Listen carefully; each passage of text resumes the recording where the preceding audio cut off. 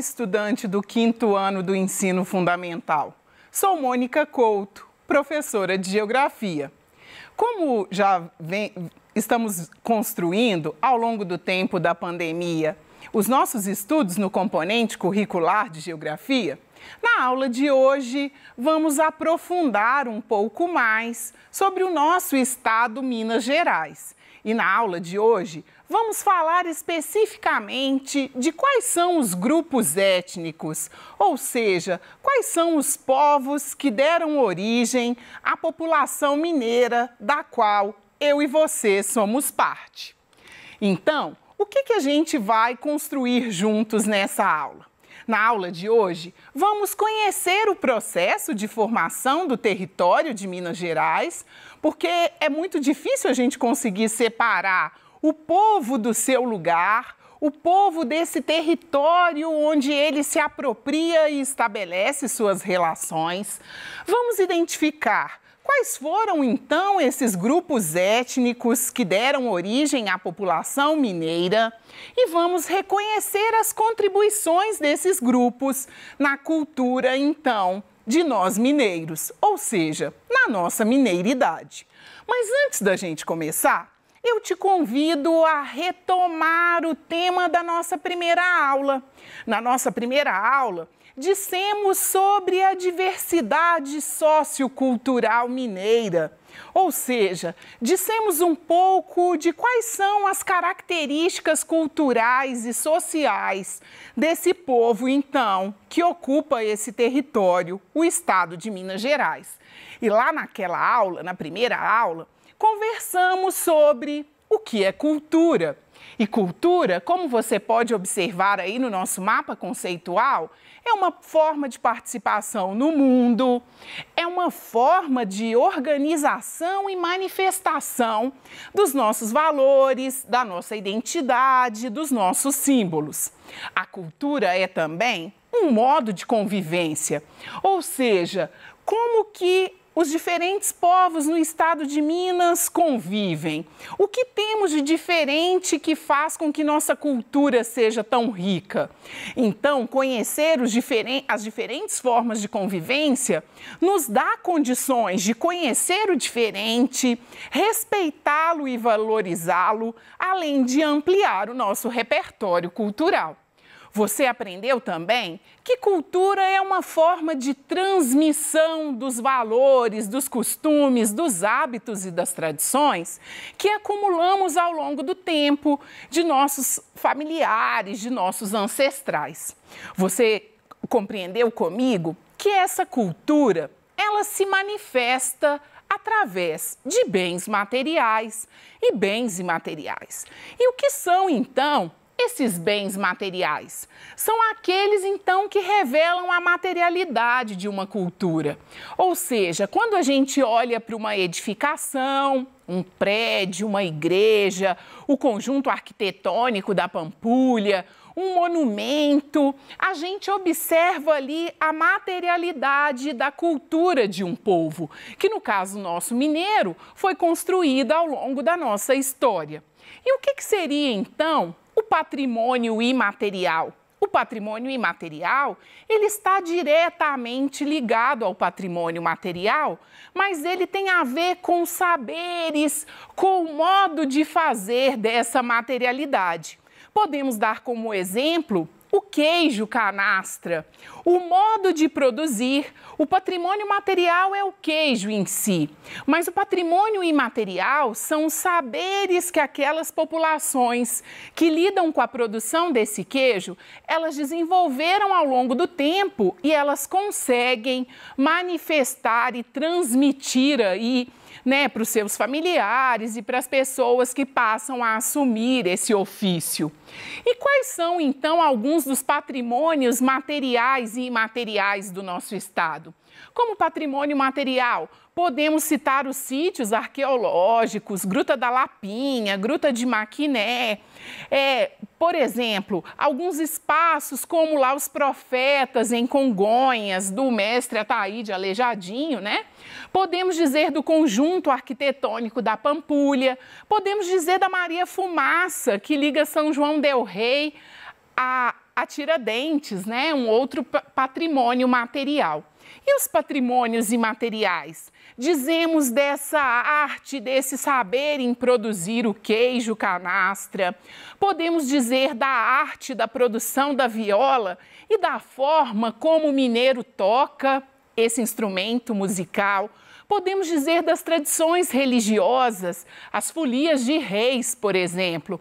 E podemos dizer e classificar como patrimônio imaterial já reconhecido aí, inclusive os sons dos sinos, que emitem uma informação.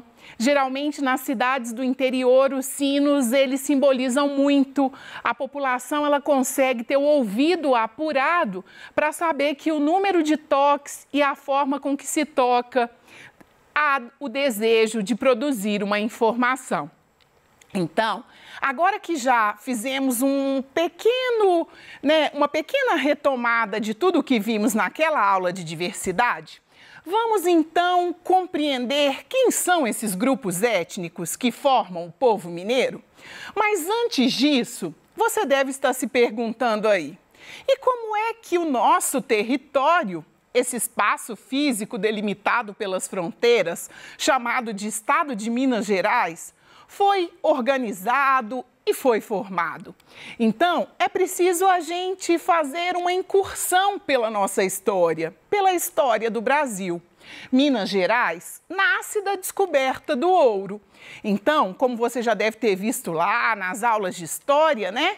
O Brasil, ele foi descoberto, e aí a gente pode pensar, ele foi colonizado, ele foi achado aí pelos portugueses e pelos espanhóis, o território americano. E ele foi dividido entre os dois países, né? Espanha e Portugal dividiram esse território, e Portugal ficou com uma estreita faixa do litoral, que você já deve ter ouvido falar das capitanias hereditárias. Então, Minas Gerais é um desses territórios que não aparecia na sua completude nessa primeira divisão.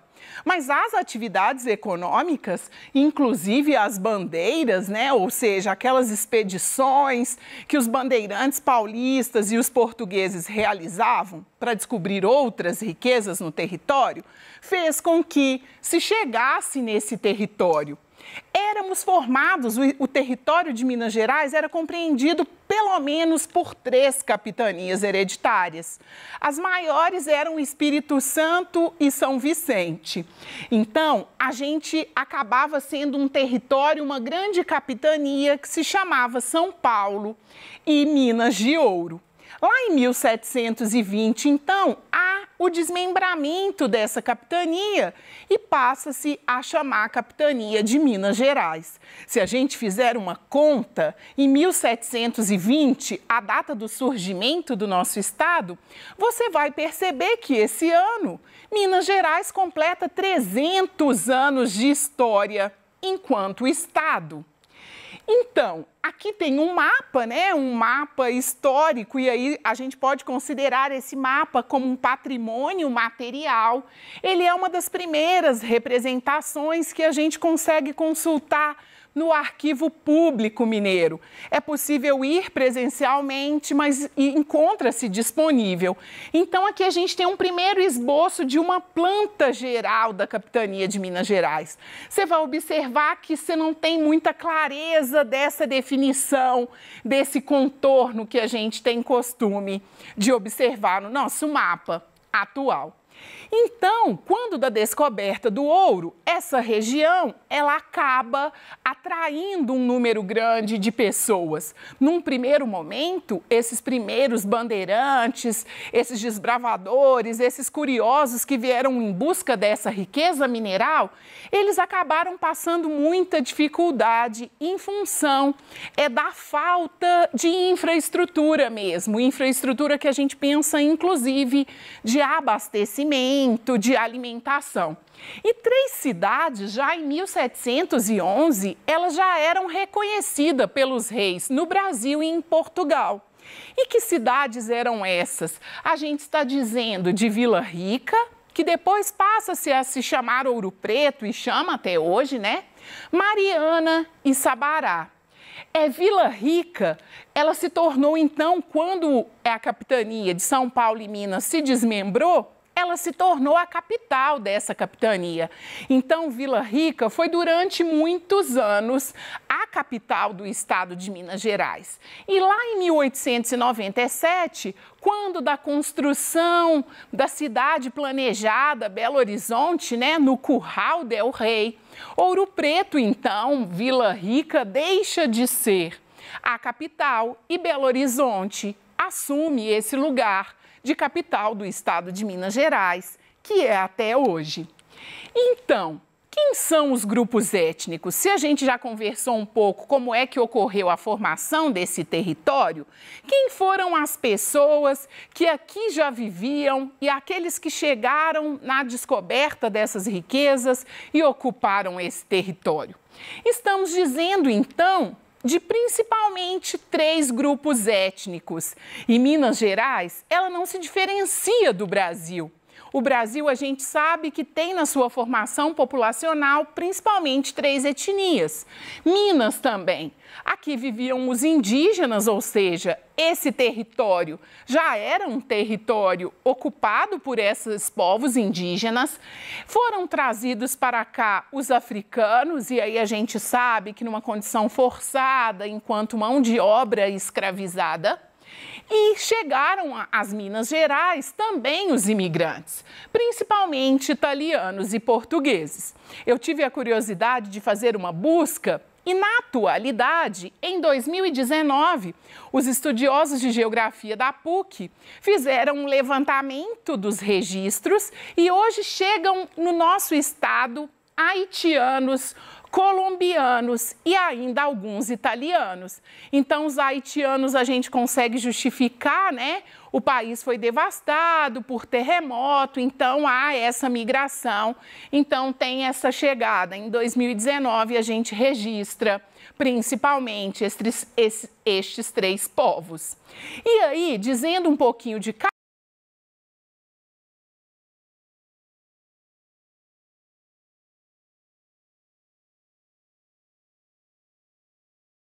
2017, no qual foi feito o levantamento de quais são os nossos povos indígenas.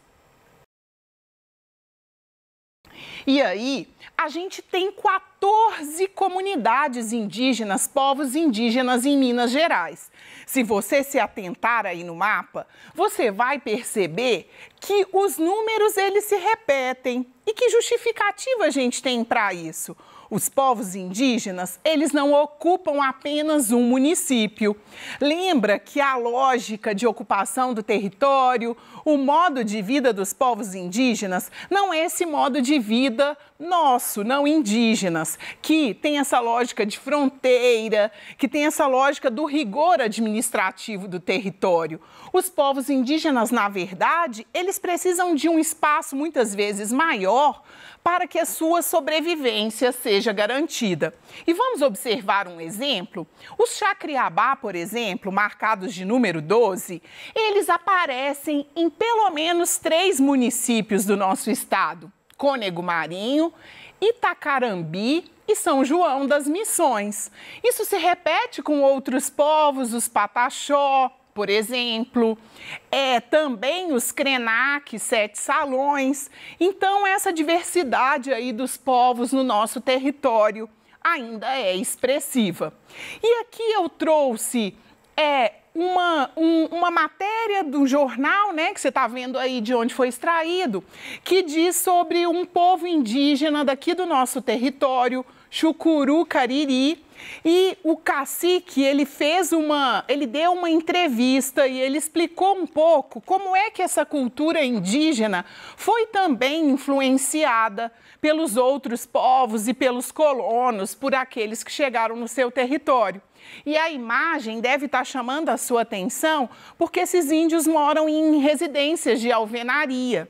E aí ele vai explicar, eles não moram em ocas pela ausência da matéria-prima da palha para produzir essas ocas e também pela questão climática. O espaço é muito frio, é uma região mais fria do estado, né, onde as temperaturas são mais baixas, o que os obriga a morar em casas de alvenaria. Então, ele vai fazer muitas reflexões. Ele vai dizer que os povos indígenas, eles mantêm as suas tradições, a lógica da alimentação à base da mandioca, a lógica do artesanato, mas eles são limitados por essa ocupação do seu território, que muitas das vezes não permite mais o plantio da forma com que ele era feito. E aí, no estado de Minas, as nossas terras indígenas, elas têm diferentes características de regularização, né? A gente já tem áreas regulamentadas como aldeias indígenas, mas a gente ainda tem muitas áreas que buscam a sua legitimidade, lutam pelo seu direito de serem reconhecidas e não verem o seu território ser reduzido aí. E os povos africanos? Como a gente disse, né, eles foram trazidos também à força para o estado de Minas Gerais naquela condição, no contexto de um Brasil escravocrata, né? Um Brasil onde a mão de obra era uma mão de obra forçada. Essa população ela foi trazida sem direito de escolha. E aí é uma população que resistiu. E essa resistência, ela se apresenta na nossa cultura. Então, a religiosidade, as tradições, né, a música, a dança, os ritmos, eles estão presentes. Aqui, eu trouxe só uma reportagem, né, de 2018, aqui em Belo Horizonte, onde ocorreu uma exposição dos quilombos urbanos. Então, uma forma principal de resistência dos negros, no contexto ainda de escravidão, era a formação desses núcleos, os quilombos, o espaço da resistência, onde aqueles negros que conseguiam fugir se abrigavam. E desses quilombos, a gente tem vários ainda existentes no nosso estado. Então, aqui tem pelo menos 3 quilombos no estado de Minas Gerais, dentro aí do espaço urbano de Belo Horizonte. Só chamando a sua atenção na imagem, você tem aí a imagem de um baobá, uma árvore ancestral africana que mostra a força e a resistência desse povo. E o terceiro povo, os imigrantes, e aí eu chamo a sua atenção que o nosso estado foi um estado que recebeu um número grande de italianos em função, principalmente no final do século XIX, aí, justamente porque a Itália vivia problemas, a abolição da escravidão já havia ocorrido, era preciso mão de obra. Então, o governo mineiro, ele atrai mão de obra italiana. Sem contar aí os portugueses, né? E aqui vai um texto curto, não farei a leitura, né? Mas ele é um texto que traz a nossa diversidade. Ele diz das grandes celebridades mineiras, né? Juscelino Kubitschek, Tiradentes, Chico Xavier. E ele termina dizendo: vamos comemorar em 2020 o tricentenário, né? Os 300 anos de Minas, festejando aquilo que Minas tem de melhor, a sua gente. Eu, você, os seus familiares, os nossos familiares. Então, a sua tarefa vai ser conversar com um adulto aí da sua casa, pode ser seu avô, pode ser um vizinho, pode ser os seus próprios pais, para saber deles o que eles sabem dessa história de Minas, o que ao longo da história de vida deles ele escutou dos seus bisavós, por exemplo. E aí você vai procurar saber como é que era Minas, como é que era esse município onde você vive e busque fazer o registro disso de alguma forma. Pode ser por um desenho, pode ser por uma poesia, pode ser por uma frase. O importante é conhecermos o nosso lugar, o nosso território. Na aula de hoje, então, você viu aqui comigo que o estado de Minas Gerais teve a sua formação relacionada à descoberta de ouro e pedras preciosas, diamante. Que essa formação esteve associada à ocupação do território brasileiro por essas bandeiras, por essas entradas, essas expedições. Você percebeu que Minas Gerais, assim como o Brasil, tem uma diversidade étnica, ou seja, é uma mistura de diferentes povos indígenas que aqui viviam, africanos que para cá foram trazidos e os colonizadores aí que chegaram e vieram de outros lugares e depois outros povos. Estamos completando 300 anos de muita história, então eu te convido a observar a riqueza do nosso estado e divulgar essa riqueza. Até a próxima aula!